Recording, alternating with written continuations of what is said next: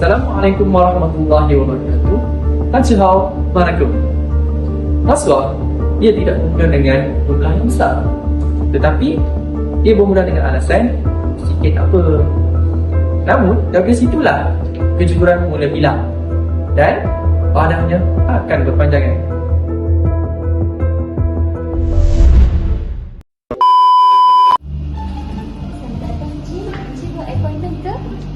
Tak ada, tapi saya nak tanya yang lain dekat sana tu lama lagi ke? Mungkin lama Encik, giliran Encik dalam 1-2 jam. Tapi saya ada exam meeting lah, tak boleh ke tolong susunkan saya ke depan? Rasanya tak boleh Encik, kalau nak urgent kena buat appointment dulu. Alright, so kita buat macam ni. I ada something untuk you. Apa benda ni? Ada sikit je. Okay, you ambil ni and then you boleh tolong saya ke depan? Tak boleh Encik, rasanya kita tak boleh macam ni.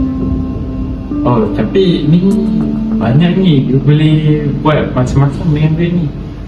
Cuba you pertimbangkan.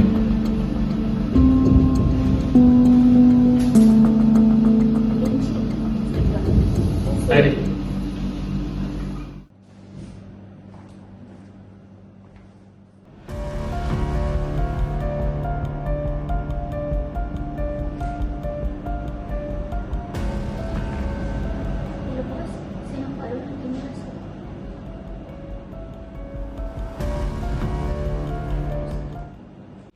Alamak.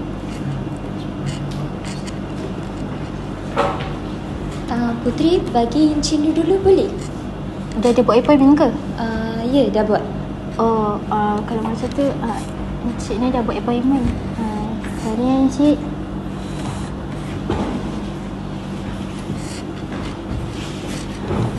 Encik nak buat apa?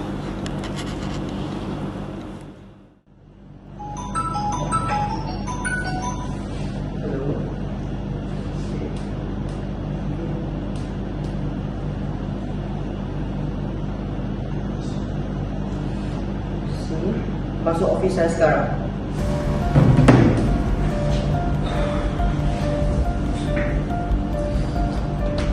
Bos? Ya. Sini. Apa ini? You tahu you buat apa tak? You tahu company kita tak terima rasuah tak? Sorry bos. Sorry bos. Berapa awak telah menjejaskan imej company kita? Saya tak mau lagi bos. Sorry bos. Sorry. Saya tak nak apa sorry. You keluar saja. Sorry bos. Sorry bos. Sorry. Tak nak aku tak nak sorry. You get out of office sekarang.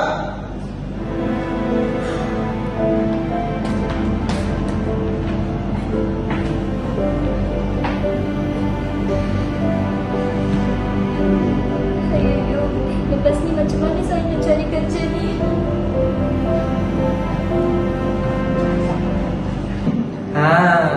Kerana kena pecat, jadi kalian semua hentikan rasuah sebelum ia menjadi kebiasaan.